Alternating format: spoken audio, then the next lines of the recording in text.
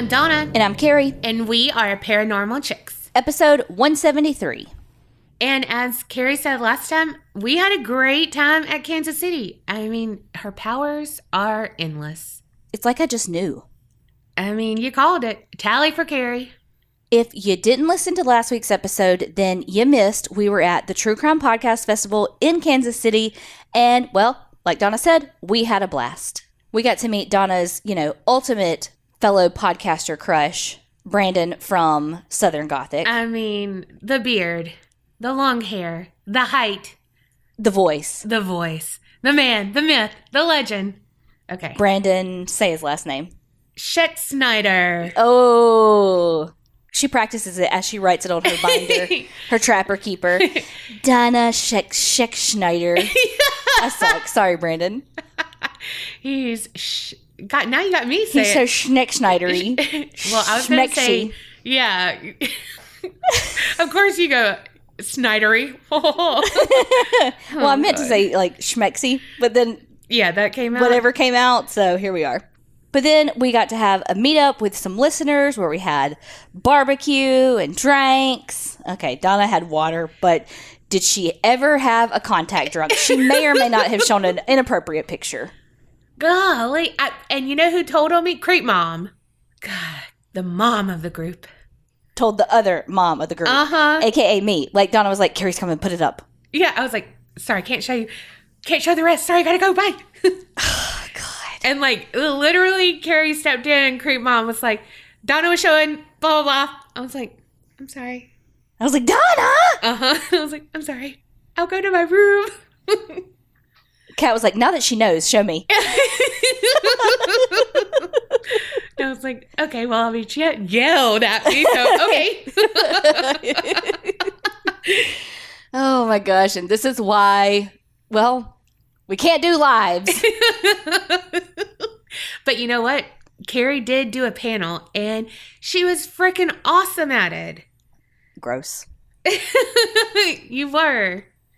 And I'll just say, Brandon hosted it, and he was amazing. Oh, my God. Oh, God. I just want to make him blush as much as I'm making you blush. You're not making me blush. You're making me go, oh, God. His poor wife. She understands. She's cool. See, this is why you can joke around, because she's cool. Yeah. If she wasn't cool, then be like, we met this awesome guy. You should listen to this podcast, and moving on. But they're both awesome. We also had, like I said, Kansas City barbecue that, they're known for. And Donna goes, this chicken's really good. And we were all like, well, it's turkey, so that's good. Which, I don't know. It was kind of dry. Like, I like my chicken, so... Because the turkey that I normally have, that I don't like turkey, it's real moist. And I don't like that. Yeah, but how you're describing it makes it sound like it wasn't good. Oh, it was because delicious. Most people think dry meat is not good. It was good. But it was good. Mm-hmm. And not because it was dry. You're just, you know what? Don't describe meat to people unless you're showing those pictures again. Well, and I was like, well, I know what this is, and got some sausage. I was like, I know this. Okay. I have all the picture proof of this. Oh my God, y'all. But seriously, we had a lot of fun. We're so glad that we got to actually meet some OG listeners and some new listeners. So that was really awesome. And hopefully we can meet these people in the future. Oh, you mean Patreoners? That's right. So thank you so much, Rebecca S. from Ohio. Kathleen N. from Georgia. Kat D. from California. Cynthia F. from Ohio. Dusty D. from Texas. Aaron B. from Oregon. Robbie R. from Missouri. Miranda F. from Pennsylvania. Debbie W. from Virginia. And Haley H. from Utah. Thank y'all so much for joining Patreon. We really do appreciate your support because, hey, without y'all, we couldn't do stuff like go into Kansas City for this True Crime Podcast Festival. So thank y'all so much for supporting us because it makes stuff like that possible. All right. Well, with this story, we're starting with the move-in day of the Pracht family into their new home in Norman, Nebraska. Norman's a super small rural town, like population at the time of this story in 2012 wasn't even 50. Holy shit. Yeah. That's smaller than some of those towns we went through going up to Kansas City. Right? Where y'all, for the first time, I saw Amish people. And it was very exciting. That might have been the highlight of my trip. Really?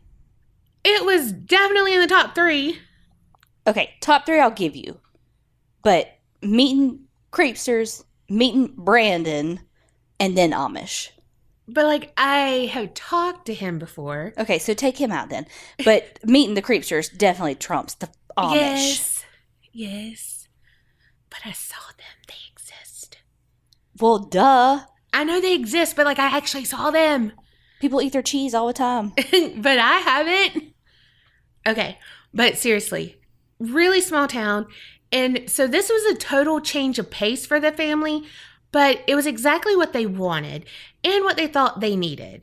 The Pracht family consisted of Randy, the dad, Danielle, the mom, and their 2 daughters, Rhiannon, who was the oldest, and then Rylee. But before the girls were born, Randy and Danielle had a son together. Unfortunately, he passed away soon after they were married. And of course, they loved their daughters and were super thankful for everything, but they still had that void and they ached for a son.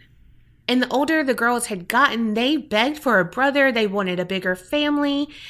And so at this point in their lives, Danielle and Randy had decided to foster and hopefully adopt a boy or more into their family. And that was the cause for this move. They needed a bigger house for their hopefully expanding family. Move-in day was full of excitement and anticipation.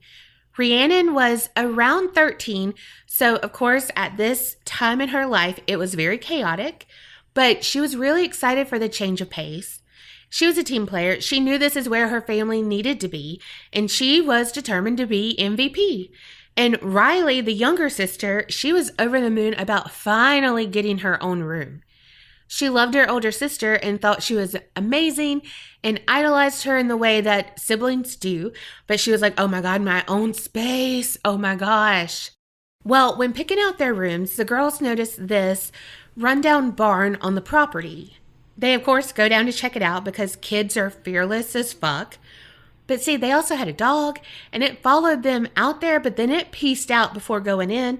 And see, I would have pieced out too, but I'm chicken shit, and these girls weren't. Rylee said the instant she walked inside the barn, it did not feel right. And the smell was like rotten wood or rotten eggs, and it was beyond bad. There were animal heads and stuff all over, and it just had an overall freaky vibe. Turns out it was used as like a taxidermy hobby place or something. Well, Rylee had had enough and she was like, let's jet. But Rhiannon said she felt like she was a piece of metal being pulled by a magnet and she had to be there.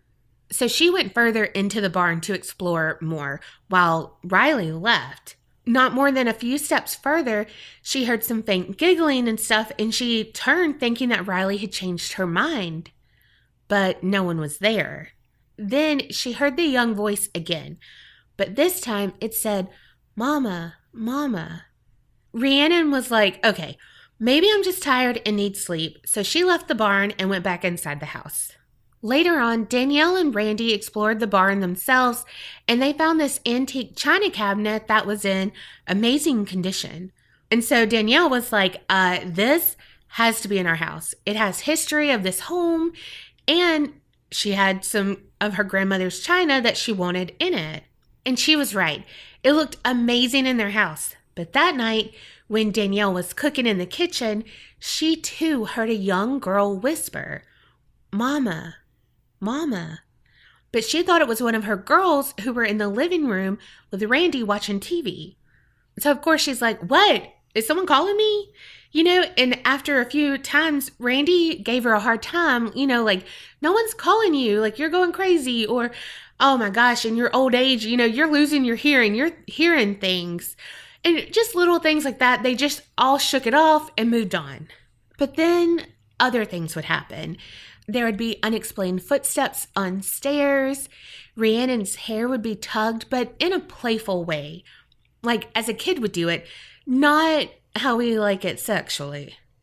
Danielle said that there was some weird stuff that she knew that had happened, but it was stuff that they just blamed on the kids.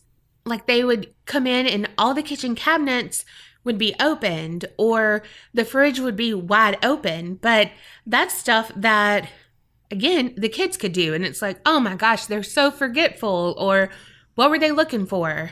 Oh my God. If I just stood in front of the refrigerator too long in my grandma's house, she'd be like, close the refrigerator. Oh my gosh, right? Even my mom, who was like super lax, it's like, what are you looking for in there? Like, I guess she was just wanting also to be helpful, but too like... Close the refrigerator. Yeah, close the refrigerator. Probably because we had a lot of trouble with our refrigerator. So right. It's like, can you keep it closed so something doesn't go wrong with it again? Other times there would be things like the TV would go full volume when no one was watching it, but that's stuff you can brush off and blame it on the dog. Like, oh, it was laying on the remote or whatever. Or just technology in general. Because shit like that will happen. Or maybe it really is just ghosts all the time. And I'm like, no, shit like that does happen. It happens at my house. And, you know, like, it's just a freak accident. No, it just happens. Because if it doesn't, then that means that all the shit with me is really a ghost. I know. I'm like, right? That just happens, right? But then one night, Danielle woke up to the sounds of little pitter-patter on the floor outside of their bedroom. So she woke Randy up and was like, oh my God, one of the girls, they're not asleep. Maybe it's both, because it sounded like some giggling and stuff. She's like, make them go to bed. Well, he went out, but no one was in sight. But soon Randy heard something like a lullaby, but it was flute music and not like a recorder. You know, like this. Oh my God. I know that is one thing my mama hated. The sound of a recorder? Yes, because I could not play that for the love nor money. But I'd be like, I have to practice it. It's for school. Oh God. But seriously, it was like some flute music. And so he followed it and it seemed to lead him to where the china cabinet was. Well, Danielle met him out there because he was gone like a little bit like, okay, what's going on? And they just kind of chalked it up to being nothing, you know, like, oh, okay, that's weird because she didn't hear it. But then their dog was staring at the cabinet and all of a sudden 3 knocks happened and it sounded like they came from inside the cabinet. The knocks are coming from inside the house. Well, and their dog started barking, staring at it. So Randy checked the cabinet, opened the doors to the cabinet, and again, nothing. So again, they just kind of shook their heads, went back to bed, and forgot about it.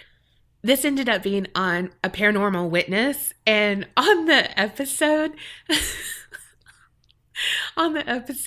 the dog is standing there at the very end, like, you know, they go to bed, and so the dog's there, and then it pans up, and there's like a ghost, like in the reflection of the thing, and the dog's like, ooh, you know, and like goes off, and it just cracks me up. Like, it's just like standing there, like, I know something's in there, and it like looks up, and there's a ghost, it's like, oh, God. I told you, bitches. Yeah. Oh, God. This was also on the Unsolved Mysteries podcast, too. They were interviewed for that. Well, Rhiannon and Rylee, they were also seeing something, but they never really, like, talked about it because everyone started kind of being just, like, closed-lipped because they didn't want to be like, you're crazy, you're hearing things, you're this. So no one shared their experiences anymore. But they would see this shadow figure that they now refer to as the Shadow Man. The first time Rhiannon saw him, he was standing in one of the doorways of that barn, and she was in the living room by the wood-burning stove. And all of a sudden, you know, she finally like focused her eyes on him, and she could see the shadow moving towards her, and she froze. Like we all would. Well, all she could do was close her eyes and just, you know, like, oh my God, this is happening. Well, then when she opened her eyes, no one was there. And then one night, Rylee was falling asleep in her bed. And for some reason, she opened her eyes. And when she did, she could see a shadow of a man standing in a corner by her closet door. But Riley's closet door was opened, and, well, I guess your door's open because you don't have one. Right. My closet door is closed. I could not sleep with the door open. Yeah, I don't have a door on my closet. Mm-mm. But you know what, though? When I was a kid, my closet door was always broken because Tasmanian devil. And so my closet never had a door, even though it had sliding doors, because it was, well, the bottom was either never on the tracks and it swung, or we'd take them off. So I don't think I've really ever had closet doors. Oh my gosh, I always did. Until one time that I wanted beads, at that point. I was just about to say, one time you had beads. Yeah. I was like super cool. Yeah. Quote unquote. in my own. I was just about to say, in your head. Yeah. Yeah. Insert the Cranberry song. Oh gosh. Well, back to Rylee, because she was cool. And she was fucking scared because even though she couldn't see his eyes, she knew this shadow figure was staring right at her. And all she could do was just pull the blankets up over her head. And she was just like, this is not real. This is a dream. This is not real. This is a dream. But she was like, you know what? I'm not taking my chances. She got in Rhiannon's bed, and that became the norm for her to sleep with Rhiannon for the next 2 months. And if Rylee had to go into her room for anything, like clothes, I forgot my, school book in there, whatever, she made sure, she would do like I do in your hallway that frickin' terrifies me. She would reach around, turn on the light first, and then step into her bedroom. Mm-hmm.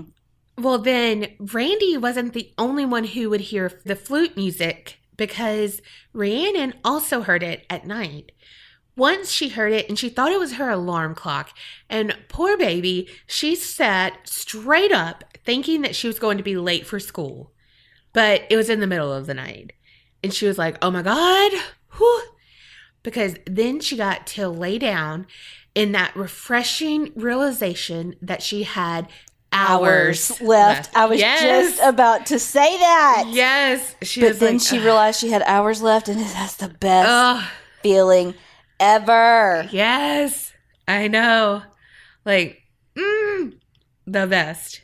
But then she ended up not going to bed because she noticed something in her doorway. It was a shadow of a man, that same shadow that she had seen in that barn previously.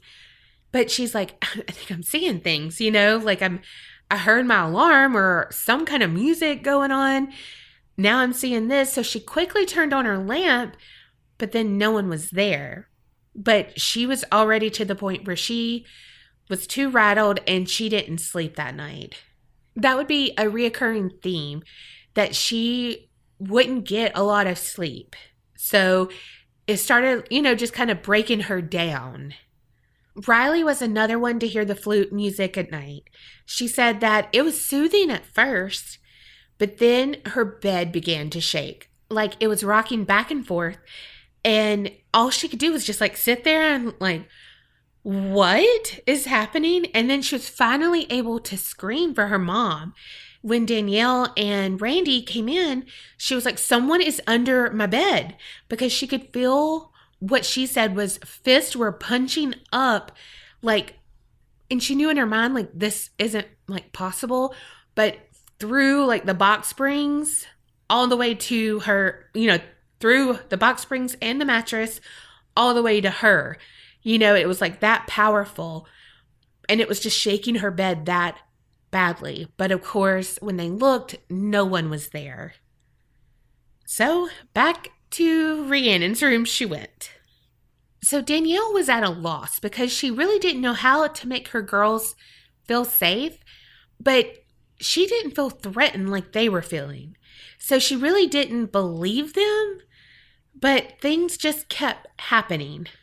There was this one time while Rylee and Rhiannon were watching TV, and Rhiannon was such a great big sister and made Rylee go to the basement and get the ice cream. Why would you keep something wonderful like ice cream in a basement? Laundry And demons go in the basement. I know. Not yummy Bluebell ice cream. Not sponsored. No, but it's still fucking yummy. Well, of course, Rylee was hearing shit, when she fucking started down the stairs, because it's a basement. Shit's always scary. But she mustered up all her strength and continued down because, hello, ice cream. She, marched over to the freezer, got it. But when she turned, she was face to face with a woman in white. And this woman had an angry expression, black slit eyes, and blood running down her face and body. Of course, Rylee knew she wasn't real, so she said, fuck the ice cream. And let's just be honest, they were not extra large pizzas because it had a handle on it in this show. So I would have carried that for some comfort food after this. Mm-hmm. But she ran back upstairs, and what she did was drew a picture of what she just saw, because she couldn't really verbally express everything she saw because it was just so much for her to take in, but she could draw every detail. Oh, to be talented. Right. Meanwhile, I'm like, she had she had a face, kind of, but like not like a face, but like a face. Like it was angry, but like not like it was like grr, but like not like grr, but like kind of grr. Yeah, like grr. That, like, can you draw it? And then it's like a stick figure and like some red on it. It's like, yeah, no, that doesn't help. Sorry. Pick me for Pictionary. But at this point, Rhiannon learned that shit was happening to Rylee too. And so she was like, oh, hell no. You do it to me, not to my little sister. And well, they listened. That night, they were both asleep in Rhiannon's room, and she woke up suddenly when she was being forced on her back by some unseen force. She said it was as if she was being taped down. She was paralyzed. She couldn't even open her mouth to yell, and like right beside her is Rylee, sound asleep. Meanwhile, she was on her side and rolled over, that, ugh. All she could do was look eye to eye with this entity that was on the ceiling. This little girl who was on the fucking ceiling. She was angry looking. And then as soon as all of it happened, the girl disappeared and Rhiannon could move again.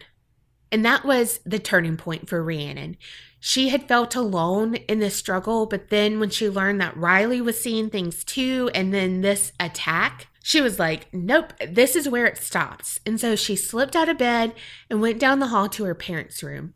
And so she's like playing this in her mind, like, no, this is not going to happen. She's having that conversation.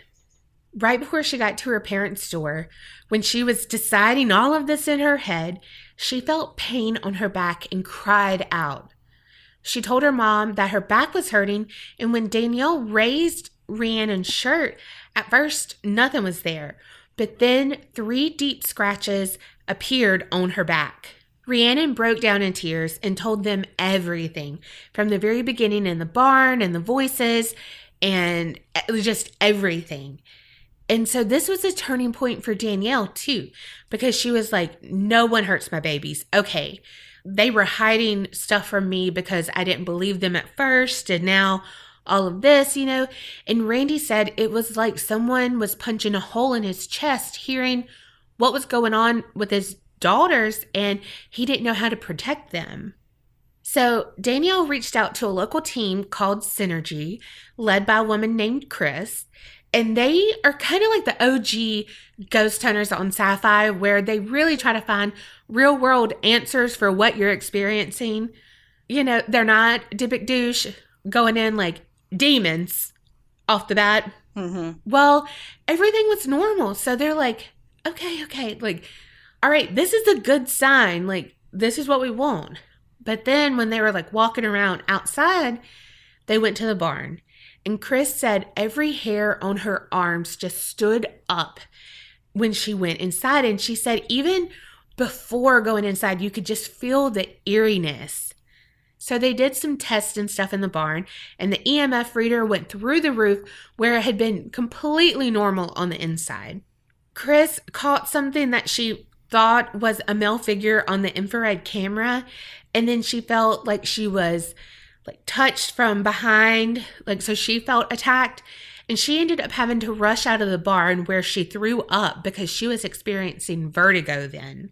So while that's happening, the crew gathered up their stuff, and when they were putting it in the van, they saw that the videotapes from the barn had melted, like they were burned, but everything else was fine.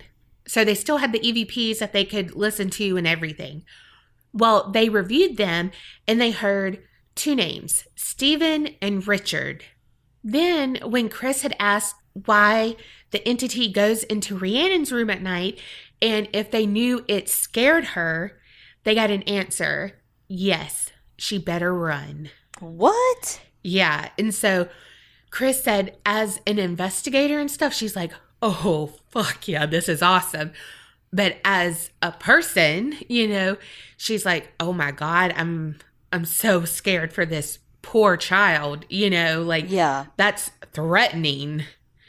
So they ask the family, hey, do these names mean anything to you? Like anything at all? And they didn't. So then they did some internet searches and they just couldn't find anything. But then they found that it pointed to one person, not two separate people. And it pointed to a man named Stephen D. Richards, who we'll talk about in just a minute. Well, with this information, Danielle and Randy reached out to their local parish and had a priest come out, and they walked around while he blessed their house with holy water, you know. But even while saying the last prayer in the living room, Randy's shirt got tugged on. So they weren't too hopeful it was going to work, but they were like, it can't hurt. Right? But Danielle didn't waste any time contacting Synergy again. And she was like, look, even, you know, said the whole thing, like, even Randy's shirt got tugged on. Like, and he normally doesn't even get fucked with. Well, Chris was like, don't worry. We'll smoke his ass out. We're coming. So they saged and stuff, did the Lord's Prayer and, you know, said, you're not welcome here, all the things. And when they finished, everything felt lighter in their house. But that old barn was still there. And later on, you know, they went in it and it still felt eerie. And it was like almost all the energy had went there. But Randy said that he was thinking of tearing it down anyway and using that area for his new shop. Because he did some like auto body stuff, I believe. So him and Rhiannon, they were like, hell yeah, that should get rid of the energy. And you'd be able to work on your projects at home, you know. Everything's good. Rhiannon said that when they were walking out of the barn after talking about tearing it down, it's like they were hit with this wave of anger or something. You know, it just like washed over them. But they were like, whatever. That's the last time, buddy, because you're out of here soon. Like, whatever. But that night, Rhiannon was asleep and she heard some noise that made her sit straight up in bed. And she was like, oh my God. Something is about to happen. And then all of a sudden, she's pushed by two unseen hands back down on the bed. And then she felt like those hands left her chest and went to her neck. And she's being strangled. Well, at the same time, Randy woke up because he noticed, you know, like, who knows why he woke up, but he noticed some flickering lights. And he looked outside because that's not normal. And he saw that the barn was up in flames. So he yelled at Danielle to wake up. We have to get the kids. We have to get ready to go. Like, we just have, you know, like, who knows what's going on? Like, why is the barn on fire? Right. Back to Rhiannon, she was at the point of where she could no longer breathe. And just then, the door opened and Danielle scooped up her daughter, got her out of bed, not knowing what she just saved her from. Because the moment Danielle opened the door, everything like just was normal again. You know, Rhiannon could breathe. It was as if nothing ever had happened, you know. But that night, the entire barn went up in flames and there was no cause for the fire. But no one was hurt during that fire. It was just at the barn. They did have a cleansing performed on their house because, you know, even though the barn was no longer there, they didn't want anything to be inside of their house. There's still a little activity, but they say it only seems to be the playful child laughter or residual sounds that they had. Everything's pretty much returned to normal, or as normal as it could be. And they were able to adopt the kids that they were fostering and complete their family. Now, Danielle and Rhiannon both work with Synergy Paranormal Team because, you see, they're both sensitive. Danielle said that she caught 3-year-old Rhiannon talking to no one, but she asked who she was talking to, and Rhiannon said, "The big man." And she's like, "What big man?" And she pointed to a picture of Danielle's dad, who had passed 3 years before. And he was like 6'6", so he was a big man. Yeah. Yeah. So Rhiannon works with her gifts, but Danielle works as like the project manager and like helps people who were in her position. So, okay, now who is this Stephen D. Richards and why does he pertain to this story? Well, he's known as the first serial killer ever hung in Nebraska.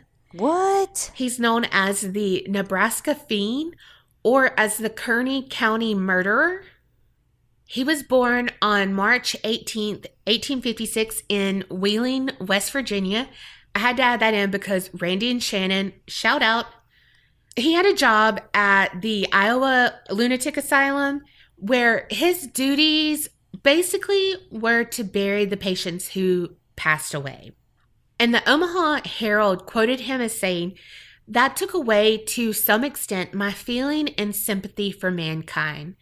I could stand by a man and see him die with no more feeling than I would have for a hog. When I left there, I didn't care for anything and had no respect for human nature." So I'm not going to go over every detail of him, but just know he was a bad man. He traveled around doing bad things, okay?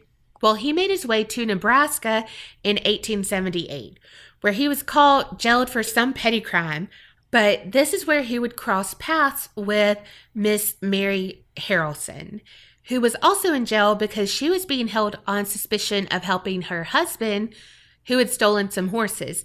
But it was thought that she helped him escape from jail, not steal the horses. Anyway, Stephen, the serial killer, he charmed her, and she was under the impression that he was the one who helped her hubs escape. So she invited him back to her homestead. And this is how their friendship began and how it would soon end. So he stayed there, and like they had a friendship and some say romantic involvement. And she ended up like selling it to him, like deeding it to him at some point. I don't know. Well, she had said, "Hey, you know what? Me and my kids are going to go see some family and friends during the winter. You stay here and, then we'll come back and, we'll continue what we have." Well, in the early morning hours of November 3rd, instead of the family leaving for Illinois like they had intended to, Stephen murdered them in their sleep. Whoa. With an axe. Eee. First, he killed the mom, Mary, with one hard strike to her head, but to be sure, he hit her again, for good measure. Then 10-year-old Daisy, who was asleep next to her mom. And at first, he almost lost his nerve because Daisy had stirred a little in her sleep and she said, "Mama, Mama." But she stayed asleep. And then he killed her with 2 blows to her head. And then he moved on to 4-year-old Mabel. Again, 2 strikes with the axe. And then he moved to the crib, where 2-year-old Jesse slept, and he struck him 3 times. And Daisy did not die instantly. And after he murdered the rest of her siblings, she was still moaning in pain and writhing on the bed some, so he struck her 2 or 3 more times. Then he took the bodies out of the house, one by one, and threw them into a hole he had dug. Yes, threw, because in his confession he said, and this is a quote, "I threw her in," talking about Mary, And then I came back and carried both girls at the same time, chucked them in the same hole with their mother. Then I took the baby, Jesse, and threw him in with the rest. Oh, my God. Covered them up with a blanket and scattered straw and dirt over them. It was so just... callous. Yes. Ugh. Well, all of that took 30 minutes. Holy shit. Very swift. He was very, very swift. He then sold their belongings in another town.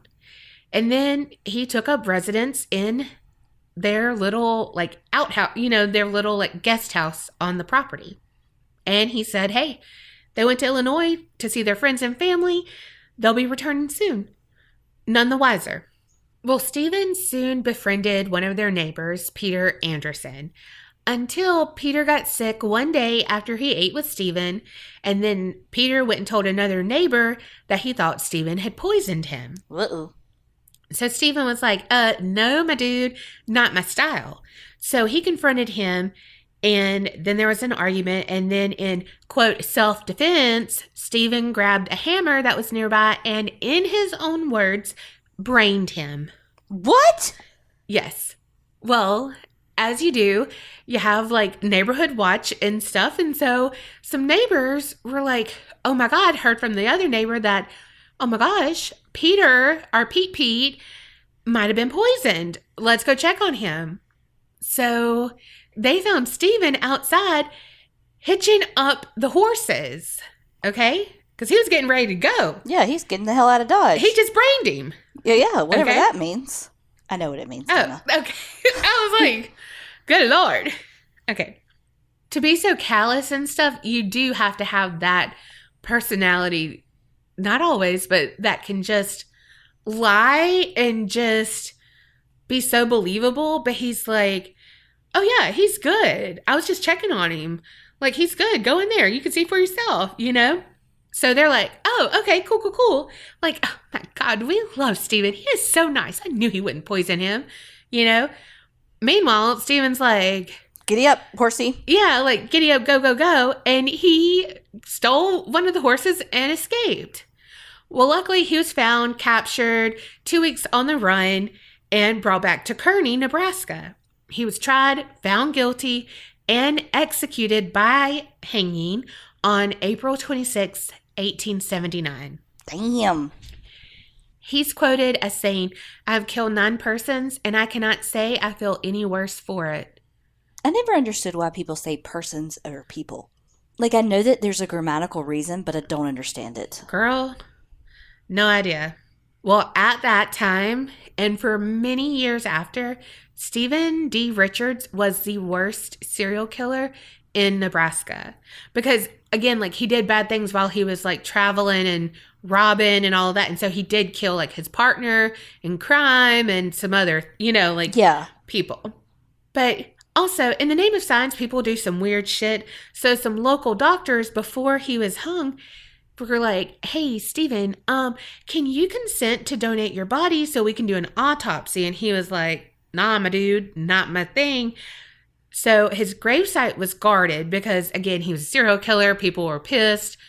However, everyone can be bought off because somehow his corpse was stolen the night after his execution. Yeah, because really and truly, how much money is it going to cost you to bribe somebody guarding a serial killer's grave? Right. Like, not much. Right. Well, they found his body, and a lot of people say that it was the doctors who wanted to do the autopsy, but it was returned. With a Y incision across his chest. And then it was dug up once again, but then his bones were scattered all over the streets and stuff. But then the Kearney County Gazette... Say that 5 times fast. Right? Couldn't say it 1 time slow. Somehow they had got the skull and they placed it on display in the office window. As you do, I mean... And if you hated this person already, you're going to really hate him now, okay? Because like I said, he was a charmer. Like, he charmed this woman into thinking that he helped her husband and then, like, lived on her property. All of the things. Well, a lot of people said he was charismatic and, polite, articulate. He was so handsome, all of the things. So this forensic psychologist, Catherine Ramsland, she refers to him as the Old West Ted Bundy. Ugh, I gross. know. I knew you were going to hate it. That's disgusting. I know. I knew you were going to hate it.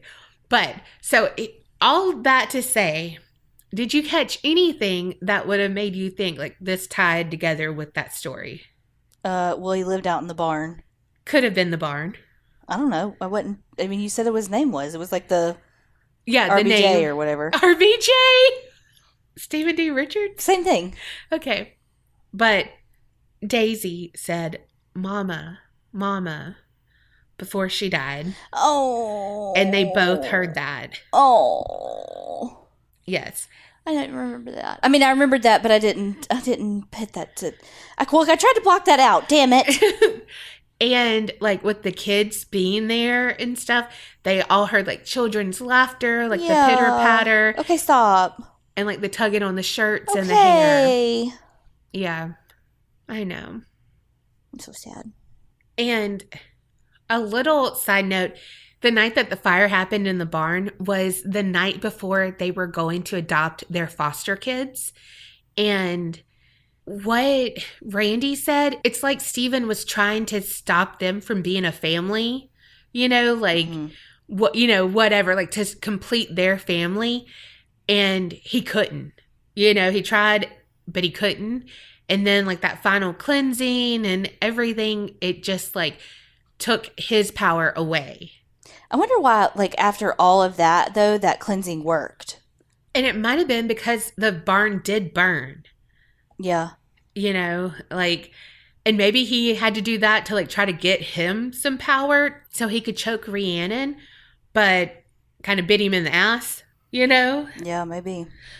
But some people were like, well, why didn't the other people who have lived here ever had any experiences, blah, blah, blah, blah, blah. But Rhiannon and Danielle are a little sensitive, but like Rhiannon's really sensitive. And Rhiannon said, if you think about it, like think about and again, she's still young. This happened in 2012 to 2014 and she was 13 at the time. So, but she said like, just picture them being in complete darkness. And then you see this light, just this one little beam of light. And so you're attracted to it. You're going to go to it.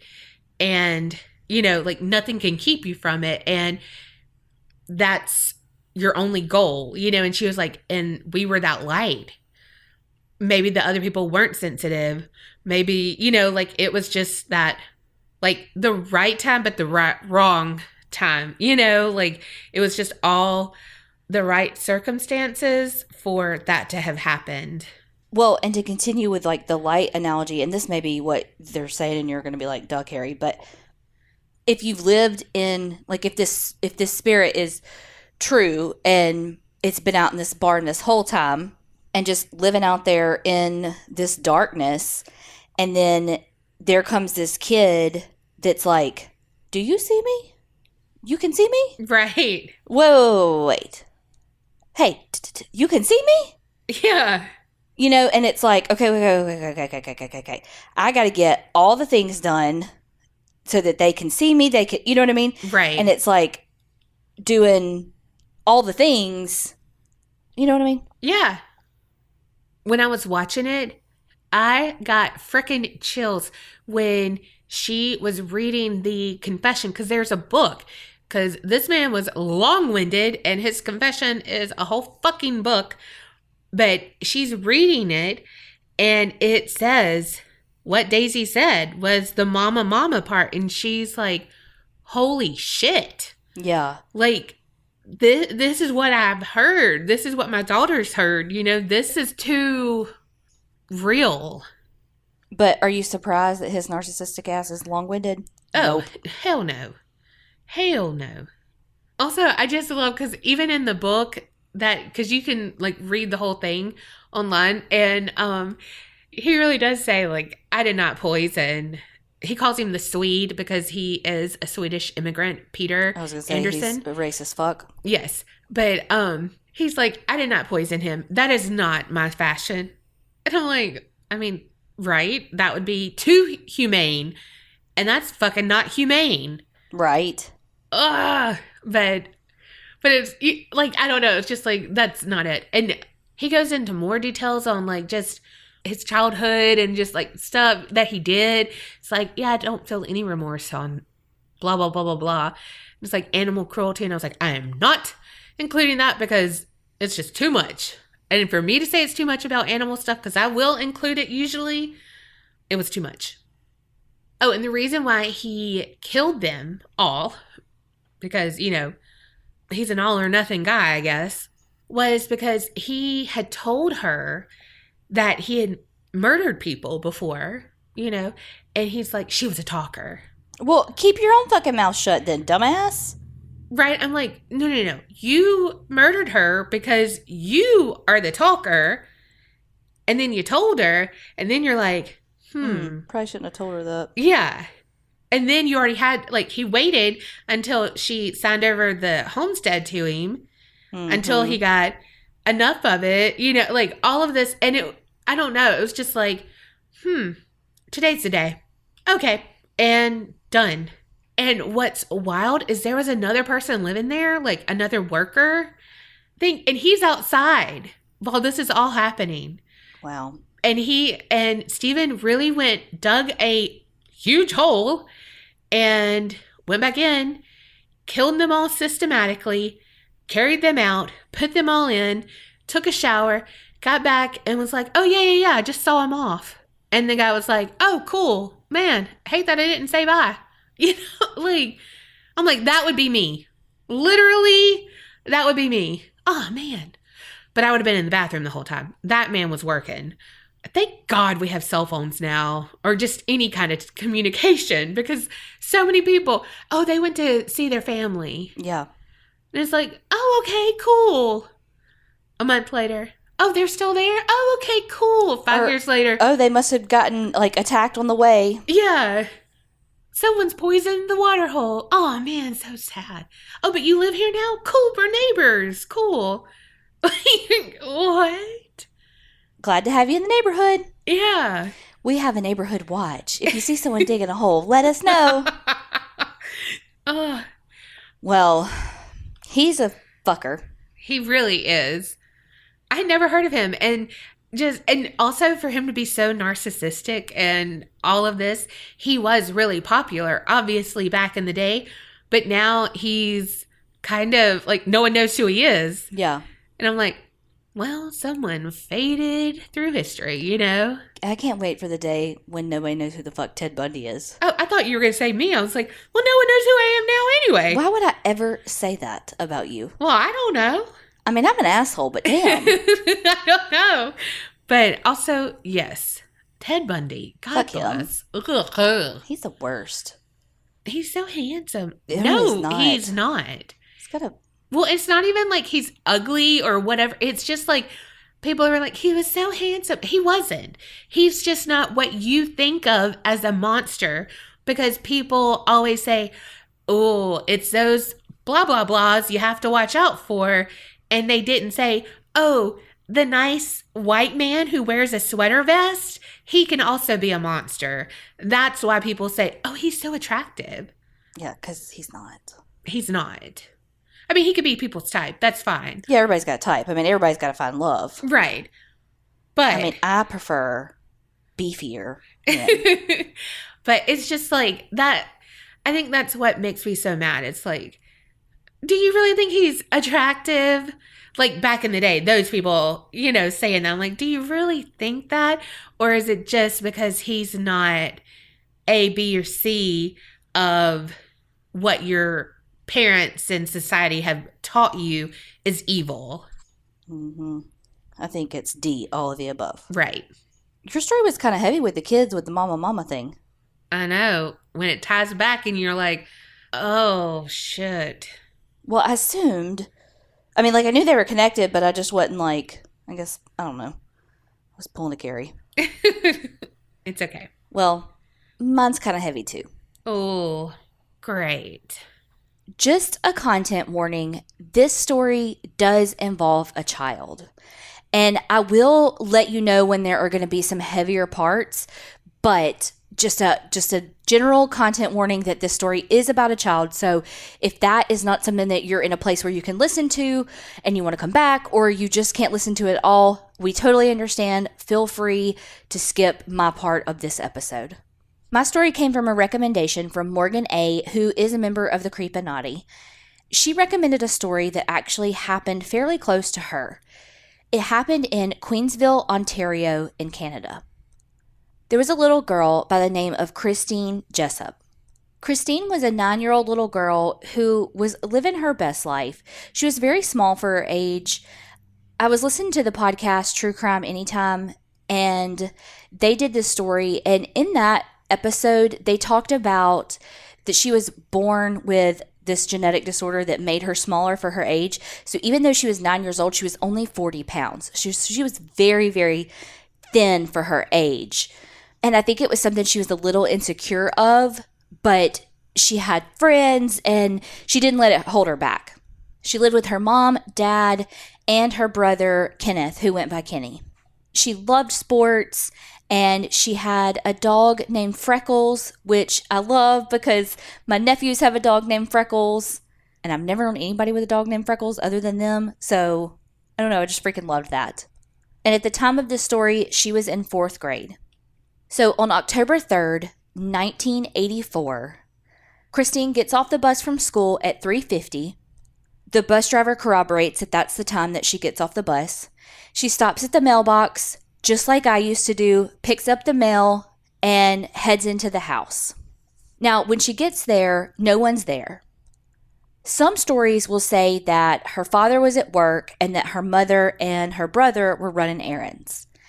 However, that's not true, because the next part is actually what I found on most stories, but also came straight from her mom's account. Her father was actually in jail for just a short 18-month sentence for, like, quote, mishandling funds. So I don't know what that's about, and it doesn't have anything to do with this case, but that's where he was. He wasn't at work. He was in jail. And her mother, Janet, and her brother, Ken or Kenny, he kind of went by both, they weren't running errands. They were going to see him. And Christine was super upset because she wanted to go see her father because it had been over a month since she had gotten to see him because he had just started serving his time. And her mom was like, Christine, you're just too little. Like, you don't need to be going there. You're just too young to be going to this place. Like, just go to school, come home. We'll be home shortly after you get home. Like, you're just too young. So on October 3rd, when she got off the bus, that's where her mom and brother were. I wonder if other stories, when they said that, if they were trying to, like, skirt around that issue of the dad being in jail. Probably. You know, like, if they lived in a small town, you know what I mean? Where they try not to, like, out people's business and that's it. But the mom's like, y'all, this is what was happening. Right. Well, and it's not, I mean, if anything, you know, when stuff like this happens, especially to kids, you know, the first thing that you look at is the family, especially if a child is missing for an extended period of time. And so it's like, no, let's nail down these parents' alibi, you know? Right, yeah. So, I mean, if he's in prison and she's visiting him in prison, we can clearly tell where they are. Exactly. Like, there's cameras, there's logs, there's people, like, okay, we know where the fuck they are. Exactly. That's like one place. It's like, nah, he's in jail. He didn't do it. She's right there. She didn't do it. The brother, right there. Didn't do it. Mm-hmm. Once Christine walked in the house, put the mail on the counter, put her backpack down, it said that she was supposed to go meet one of her friends in the park. Now, I do want to say that later, like years later, her friend recanted and said that she wasn't supposed to meet her. So I don't know, that's kind of weird, but it's kind of inconsequential to the story, I feel like, but here we are. So after Christine dropped the mail off, put her backpack down.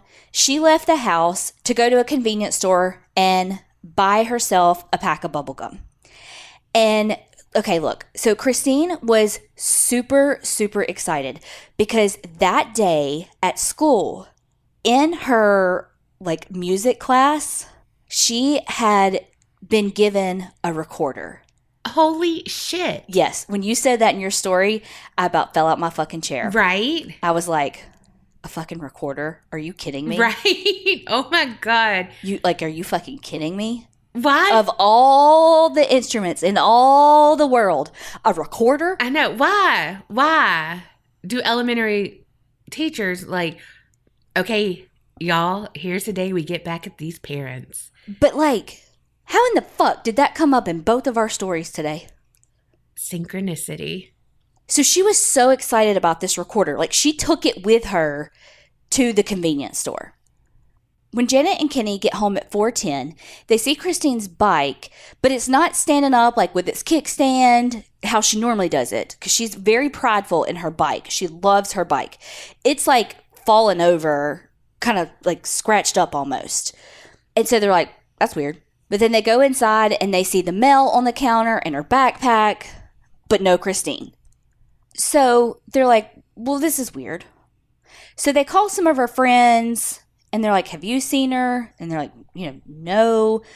And so they start looking around the neighborhood, parks. Nobody's seen her.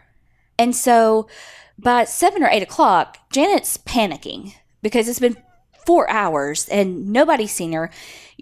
I assume at this point she's probably called the school even, and they know that she was dropped off by the school bus at 3:50, and again, no Christine. So at this point, Janet calls the police. Police are interviewing everyone. There was a witness that said that they thought they had seen Christine talking to a man with long hair in the park. They'd seen her, holding her recorder, walking back after she bought the bubble gum. So they knew that she had made it to the convenience store, bought the bubble gum, and was working her way back home. And then from there would have stopped in the park, what have you, and would have seen whoever it was with the long hair. There were some reports of a car in the area, but really there wasn't a lot to go on. And look, I'm just going to kind of jump ahead and just tell you that as much as I hate to be this way, the police were inept in this investigation. And we're going to go into that, but this investigation was shit from the start. They immediately thought that it was someone who Christine had to know that maybe lived in the area close to her family. So they were interviewing people in the area. And of course, people would be like, well, this guy's kind of weird and this person's kind of weird. And so they had their ideas of persons of interest. And all this time, her poor family has no idea what's happened to Christine. This poor 9-year-old little girl who's missing in Canada in October. And it's cold and she's so tiny. And where is she? 3 months later, a farmer 55 kilometers away from the Jessop's home stumbles on a decomposed body. I'm going to go ahead and tell you content warning because I'm going to give a little bit of detail that this may be too much for some. So skip forward a couple of minutes if you need to. So when they found her body, she was badly decomposed. Her legs were spread apart with her knees spread outward. They could tell where animals had been scavenging her. Because she was so little, she wore a lot of layers. I don't know if it's because she was cold or if it was to make herself look larger, but she had a lot of layers. And she had a sweater pulled up over her head, and a few of her bones were even scattered around her. Gosh, so really decomposed. Right. She had on a beige turtleneck and a blue pullover sweater and a blouse that some of the buttons were missing, but the buttons were found scattered around her. And she had on 2 pairs of socks. Her underwear was found at her right foot. and her blue corduroy pants with her belt and her shoes were found by her feet. The recorder that she had been given at school with her name taped on it was found next to her body. She had been killed by multiple stab wounds, and they say that the stab wounds were so aggressive that they nearly decapitated her, and that they were, again, so aggressive that they pierced her vertebra because they went so deep in her tiny little body. Who has that much hatred And anger towards a child? Oh, gosh. I know. And they found semen in her underwear. So they know that she had been sexually assaulted. So there were quite a few suspects, but it did not take long for police to hone in on one specific suspect. And once they honed in on him, they got blinders on and they made their case fit this person. We've heard that before. And usually it turns out not to be a good thing. Right. So let's talk about Guy Paul Morin. Guy lived with his parents not far from the Jessop home. He was 24 years old and worked as a factory worker in, well, a furniture factory. Clever. Something said next door. Some stuff said, like, in the area. I don't know. I didn't Google Maps it. So Guy was not the type of typical suburbanite, if you will. You know, he was more of a loner. Look, I don't want to know my neighbors either, Guy. I don't want to have anything to do with them either. But people thought he was weird. So that played a part in police being like, oh, he's quote unquote weird. Well, he had to do it, right? Because, again, he was more reclusive. And the fact that this detail is even something that is even brought up is fucking ridiculous. But they're like, he was a beekeeper. Okay, well, we have a bee shortage right now, so thank you, Guy. Say, yeah. I'm like, why is the fact that he had bees in his backyard so weird? Nothing about her had, like, bee stings or anything. There's no reason that should be, like... Right, but they're saying that because he was like a beekeeper and he was in this community band and that he was reclusive and... He's in a community band and he does... So he has hobbies. Yeah, he has more hobbies than I fucking do. Yeah, so he's well fucking rounded. Yeah, like, I'm like, I want some fucking local honey. I mean, that's how you fix your allergies. True story. Well, when he was interviewed by police, he didn't help himself, though. He was odd. He said something about girls growing up to be, like, use the word corrupt. And so police were like, what? That's weird, right? I mean, like, we can all, that's fucking weird. Like, that's like some, like, deep-seated, like almost like incel bullshit, right? Yeah, for sure. And then there was like a break in the interview where the investigators left the room and the recording was still going on. And he was like, red rum, red rum. Okay, he literally sounds like me. You would not. If you were being interviewed.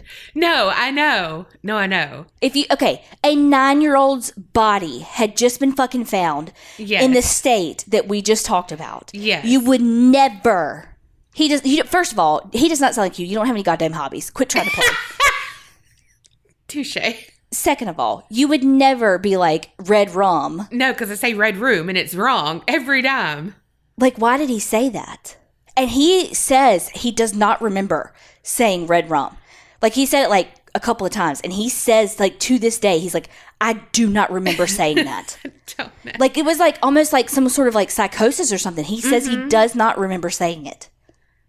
Yeah.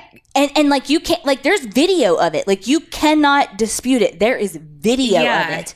It's probably because he is in there and he's, like, so out of his, like, element and stuff, and he's freaking out. Like, I don't know if he did it or not, whatever. But, like, if he didn't do it and he's like, oh my gosh, and he just kind of, like, went into himself, and I don't know why, because it's like murder, oh my God, and red rum. I don't know. Yeah, well, but that is weird. It is weird. Right. So the police are like, okay, this guy's bizarre. He's reclusive. He has the beehives. He's saying the girls will grow up to be corrupt. He's screaming red rum. We got to search his house. I do want to say this, though, just to talk a little bit about the police conduct. There was this one piece of shit in the area that his girlfriend or wife had turned him in for assault on like a 5-year-old.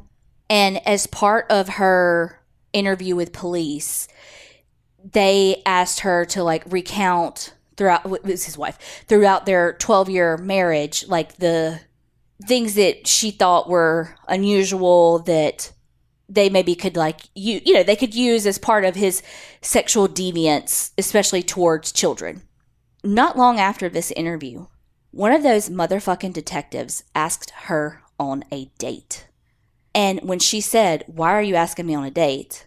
he told her because he was aroused. Like he was intrigued sexually listening to her talk about the shit with her ex-husband. All of that, she said she found weird. Hello, fucking unethical pieces of shit. Oh, for sure. So that's just like a snippet of wow, like what's going on with this law enforcement.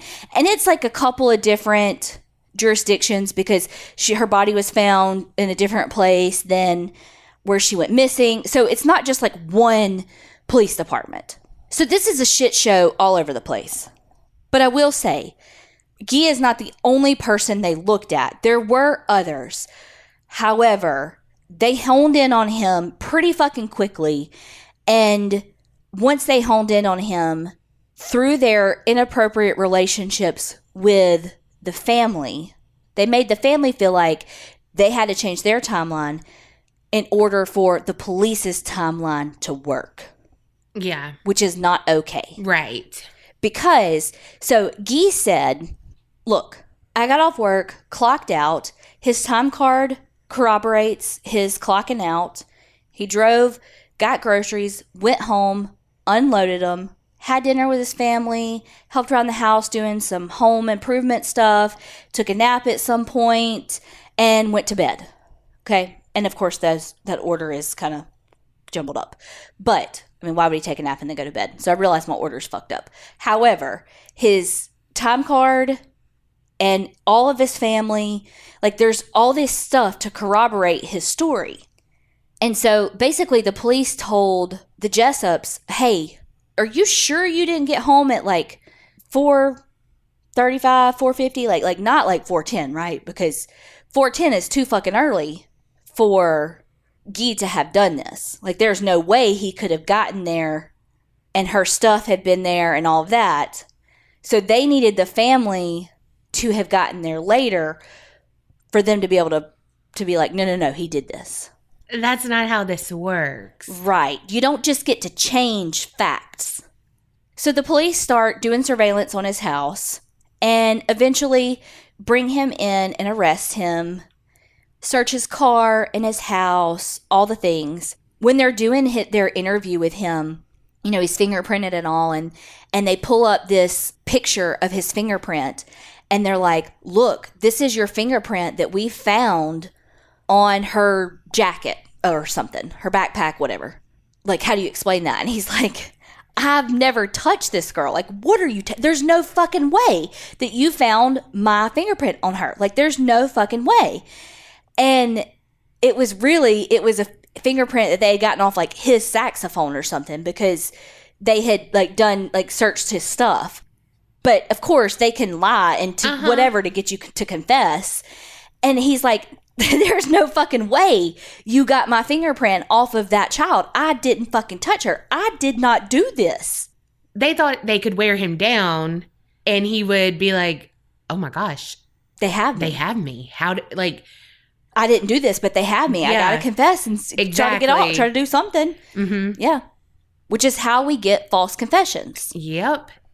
During the interrogation too, they're telling him like, you might as well confess. If you take this to trial, your family, it's going to cost them 6 figures to try to defend you. And, so like they're trying to get him to confess because it's going to cost his family a lot of money. Like, your family is going to pay what your family has to pay to keep you alive and out of jail. Right. Well, it's going to cost the city a lot, too, when y'all get a lawsuit. Cool.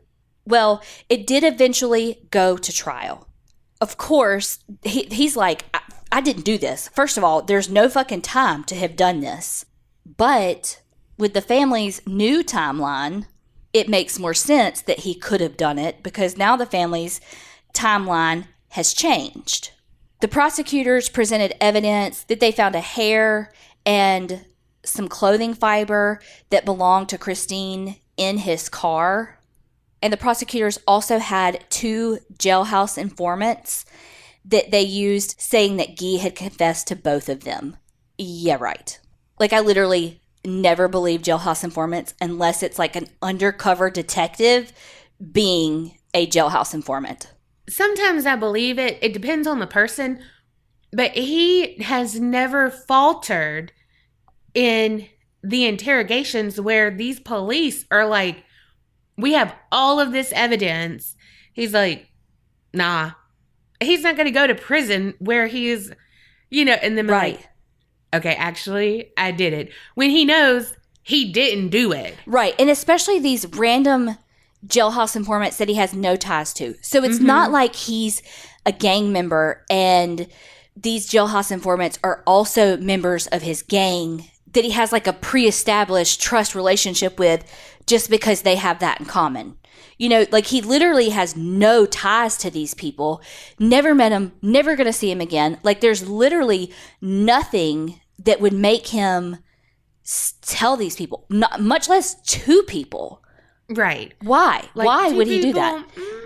And of course, the defense is like, you're giving them leniency on their convictions for this testimony. So they have something to gain from this testimony.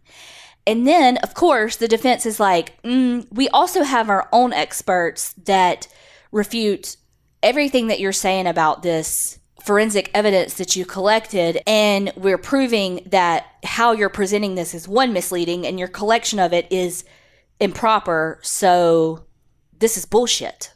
So at the end of the trial, the jury comes back and acquits him of the murder of Christine Jessop. So I do want to say really quickly, because I lied about the name of that podcast a second ago because I didn't want to say this out loud and ruin it like I did last time when I said the True Crime All the Time. So they have 2 podcasts. They have True Crime All the Time and they have True Crime All the Time Unsolved. And it was a True Crime All the Time Unsolved one. Oh, okay. And so I didn't want to say that. And then you'd be like, oh. Yeah, well, because when you said that, I was like, no, that's really a podcast. So Yeah. So they have 2, and it was the Unsolved one that this was on. Okay. So he was found not guilty in February of 1986. Well, in June of 1987, the Supreme Court of Canada overturned his acquittal. They said that the judge confused the jury with his legal instructions, and they ordered a retrial. I didn't even know you could do that. What? I knew that you could do that if there was a conviction. But I didn't know you got a redo if they were found not guilty. Right. Like, I thought if they were found not guilty, like, you done. Yeah. Me too. Yeah.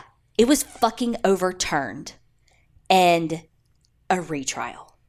So, at the second trial, everybody was more prepared. The defense team was way more prepared because they had realized how much stuff that the prosecutors never fucking turned over to them in the first trial. Shady. Ugh. There was a lot of questions about the integrity of the physical evidence. They got a second autopsy run. Now, for this next part, it's pretty sensitive, so I want to do a content warning for sexual assault. So at this trial, it came out that Christine's brother had actually told the police that when Christine was 7 years old, that he and a couple of his friends were having sex with her. What? Yeah, but he was being sexually assaulted as well. So it wasn't like, I mean, yes, he was part of assaulting her, but it was like they had these two older friends that were like the ringleaders that were kind of making him do it. And when he realized, like, wait, this is not right, he put an end to everything. And so, like, that came out. You know, there was just so much more that came out. But for some reason, at this trial, the jury found him guilty of first-degree murder. Are you kidding me? But here's the thing. You know, at the first trial, it seemed like the public was like, he did it, he did it, he did it. But then it was like when he was found not guilty, it was like there was a shift. And everybody's like, wait, maybe he didn't do it. And then at this second trial, it was like when they found out that the prosecution overturned the acquittal, it was almost like people were so pissed that they didn't trust the process. To me, that's me putting my own opinion on it. Honestly, I don't know if that's why. But the public turned, and they were so on Guy's side, and they were so pissed that this went back to trial again and that he was found guilty this time, that there were so many petitions and people supporting him for appeals to change this guilty plea. So within weeks of his conviction, people were like, this is not fucking right. Like, is this even fair? Like, can you do this? Can you overturn an acquittal and then go back to trial? Like, how is this even okay? So what they did, I've never even heard of this. They actually released him from jail pending his appeal. What? Yes. Here's another shitty thing I heard on, I didn't see this anywhere. I heard this on True Crime All the Time. They said that he was actually, you know, usually with people who kill children, you know, they keep them in a, not necessarily like a segregation to protect them, right? They put Guy in Gen Pop immediately. Wow. They wanted him to be taken out. Exactly.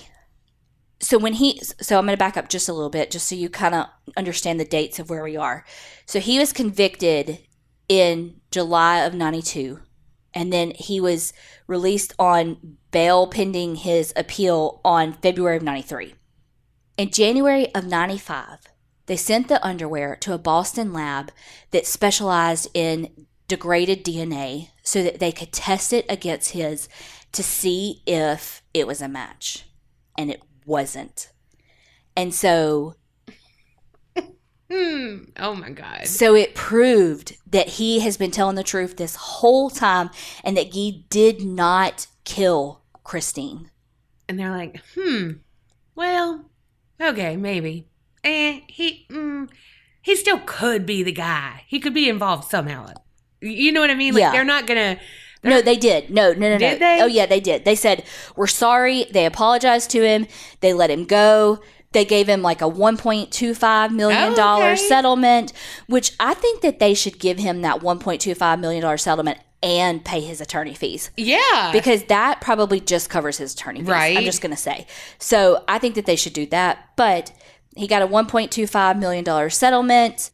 And, you know, he's told reporters, he said, no one will ever look at me again and say he might have done it. He said, I had that dagger hanging over my head, all right, but this is like a motion picture ending. But there was this whole Kaufman report that came out of it, and it called for like rigorous measures to maintain objectivity with scientific testing and making sure police have strict protocols for physical evidence. And while that's great and wonderful, where does it leave the family? You know, now they have this DNA sample, and yeah, they can put it in VICAP or wherever and hope and pray that it matches somebody, that they get arrested and all. But unless somebody gets arrested with a match, they're never going to know. And the thing of it is, they assume that it's somebody that was close to the family. So it wasn't until 2019 that cold case detectives decided to do what the Golden State Killer detectives did. Ooh. They wanted to use genetic genealogy tracing to see if they could figure out who in the fuck killed Christine Jessop. So they knew that from the 3 different police forces that had worked on the case, they had DNA from 320 men. And so they took that and started testing. They did use a couple of the kind of like 23andMe type things. Not that, but those type things. And they eventually narrowed it down to 2 familial matches that were removed by multiple generations. Basically like 4th cousins.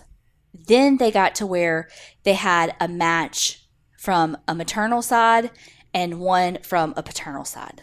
One of the articles that I found, one of the detectives said they started with 3,000 people, whittled it down to 5,000 people, then to 1,000 people, then to 2nd and 3rd cousins, and then they had their man. Oh my gosh.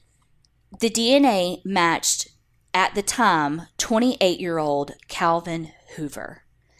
Who the hell is Hoover? He was a family fucking friend. Of course. And he is one who helped search for her, was at all the things. Of course. And when they found out who it was like a light bulb went off for her brother, because he remembered that, I guess maybe the day before, his mom had called a few people to tell them, called a few people to check in, and Calvin Hoover's wife was one of them. And when Janet talked to his wife, Christine was having a breakdown because she wanted to go see her dad. And Janet was telling her, you can't go see him, you're too young. You can't go see him, you're too young. You have to stay home. And that's who she was on the phone with. So Calvin would have known that she was home alone because she wanted to go so bad to see her dad, and she couldn't while her mom and brother went. Wow. And he chose that time. It was not a crime of opportunity. He fucking knew what he was doing, and he chose that moment to go and attack and kill that poor child. But police could not go and arrest him because Calvin Hoover died by suicide in 2015. Wow. Not that it makes it any better, but at least at this point, it's no longer an unsolved crime. And there is a little bit of closure to what happened to that poor, innocent child. And her poor family knows what happened to Christine. Yes. Gosh. Bless her brother's heart, too. Well, and he broke down on the stand saying, I'm so sorry to Guy, because he's like, I thought you did this. The police told us you did this. They basically made us change our story because they said you did this. I'm so sorry. Wow. Yeah. Well, he has so much trauma from just... Fuck everything. Yeah, his sexual assault, everything. His dad in jail, his fucking sister getting raped and murdered, the police lying to him about who fucking did it. Making them lie about it. Yes, and then his sister's fucking murderer not being, well, first of all, air quotes, being caught, going to trial, being acquitted, going back to trial because that was overturned, and then that was overturned, and then finally finding out who did it. Oh, by the by, they died by suicide, so there's really no justice. Yeah. Wow. I'm glad there is closure, like you said, though. It's not closure, but it's as close to closure as that family's ever going to get. Yes. There was one weird thing that I forgot to say. This is so weird. I shouldn't say weird. Well, it's weird. So her brother one night after she was buried and everything, he had a dream that basically it wasn't complete. She wasn't complete. And he woke up and he was like, we got to go back to where she was found.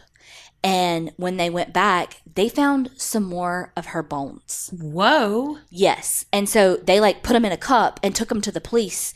And it was like 5 years before the police did anything with them. Oh my gosh. Just like the ineptitude. I mean, it's just like the cup runneth over. Wow. But hopefully with the Kaufman report and all of that, like there's protocols in place that will eliminate this. And yes, protocols sometimes sucks because yes, you have to do all these little things and it's like, yeah, you know what? Yes, it fucking sucks. But on the other hand, well, you know what? If people didn't chop off the wrong leg in surgery, we wouldn't have to do a timeout and say, oh wait, which leg is it? Are we doing the right leg? Yeah. Oh, is that the one we signed? Okay, cool. Let's keep going. Yeah. Oh, wait, time out. We got to count all the instruments. Did we get them all? Cool. Well, maybe if you'd stop leaving shit in people, we wouldn't have to do those things. Yeah. I really didn't think there would be an answer, though. Like, and then you kept just, like, coming with. Isn't this such a good, like, I mean, air quotes around good. It's a roller coaster. Yes. So many twists and turns. Yeah. This was a heavy week. It was. I hate ending on my stories like this when they're heavy like this. Well. I mean, yours was heavy too, but fuck. You should have known what was in my head, that I had a heavy one and you changed yours. Okay. You have these powers. Why don't you use them for good? Like I'm going to do double work. I barely do single work. Just kidding. Just kidding. But you know I'm not doing double work. Well, we hope that you liked it. We're back to normal. Both of us can breathe through our nose. Ish. You know what? You know what? I mean, if you get the bloopers, you hear how much I sniff. I never can breathe through my nose. But it feels good to not just have like words that just don't come out because I have to blow my nose, and then Kerri doesn't like how I blow my nose. Because you go, this is how Donna blows her nose. It is not. It's like, is anything, no, nothing's coming out because you're barely blowing. Well, you blow dick harder than you blow your nose. Well, duh. Hello. Was that too far? No. It's never too far. Thanks for sticking with us for the serious and the, well, you know, not so serious. Thank you so much to everyone who came out to see us in Kansas City. Yes. That means the world to us, like more than you will ever know. We hope that as everything's opening up, we get to go and meet more of y'all because we love doing it. So thank y'all so much. And remember, creep it real and don't get scared.